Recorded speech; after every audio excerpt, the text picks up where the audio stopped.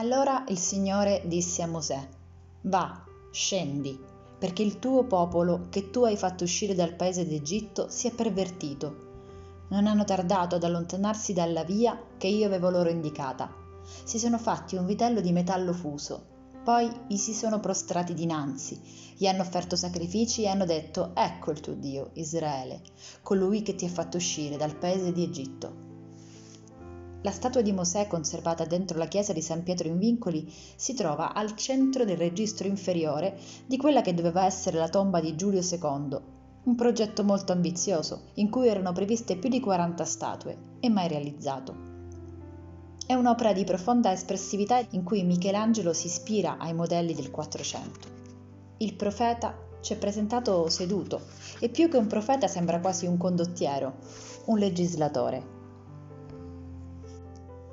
L'episodio fotografato da Michelangelo corrisponde a un momento ben preciso della storia dell'Esodo. Il popolo si è infatti accampato ai piedi del monte Sinai, mentre Mosè è salito al cospetto di Dio per ricevere le tavole dell'alleanza, le 10 parole. Impaziente dell'attesa, il popolo costruisce il vitello d'oro, si crea un nuovo idolo. Avvertito da Dio, Mosè scende dal monte e vede il popolo che tradisce Dio davanti al vitello. Si accende di ira. La statua di Michelangelo coglie esattamente questo istante drammatico in cui Mosè vede il vitello d'oro e il suo popolo.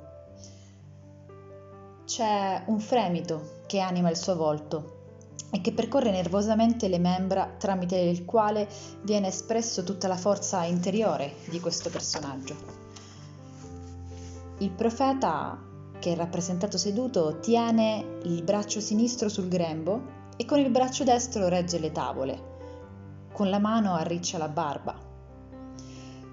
Sulla sua testa possiamo notare delle curiose corna, iconografia del personaggio, ma probabilmente un errore di traduzione dal libro dell'Esodo, in cui si dice che Mosè, scendendo dal monte Sinai, dopo aver ricevuto le tavole, avesse avuto dei raggi sulla fronte.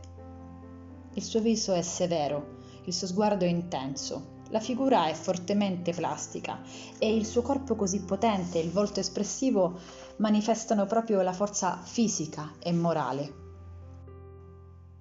Quest'uomo, dall'immagine così intensa e dal corpo così possente, secondo quelli che erano i canoni della scultura del Rinascimento, è stato definito l'uomo seduto che cammina, perché in effetti mette insieme due tratti teologici di Mosè. Il primo è quello del maestro, il secondo quello della guida nel deserto.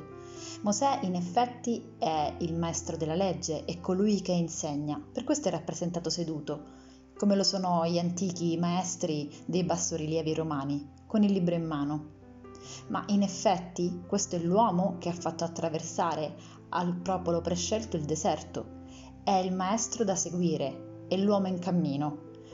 Sì, Mosè è l'uomo della Pasqua, del passaggio, e colui che ha fatto attraversare il Mar Rosso è il camminatore.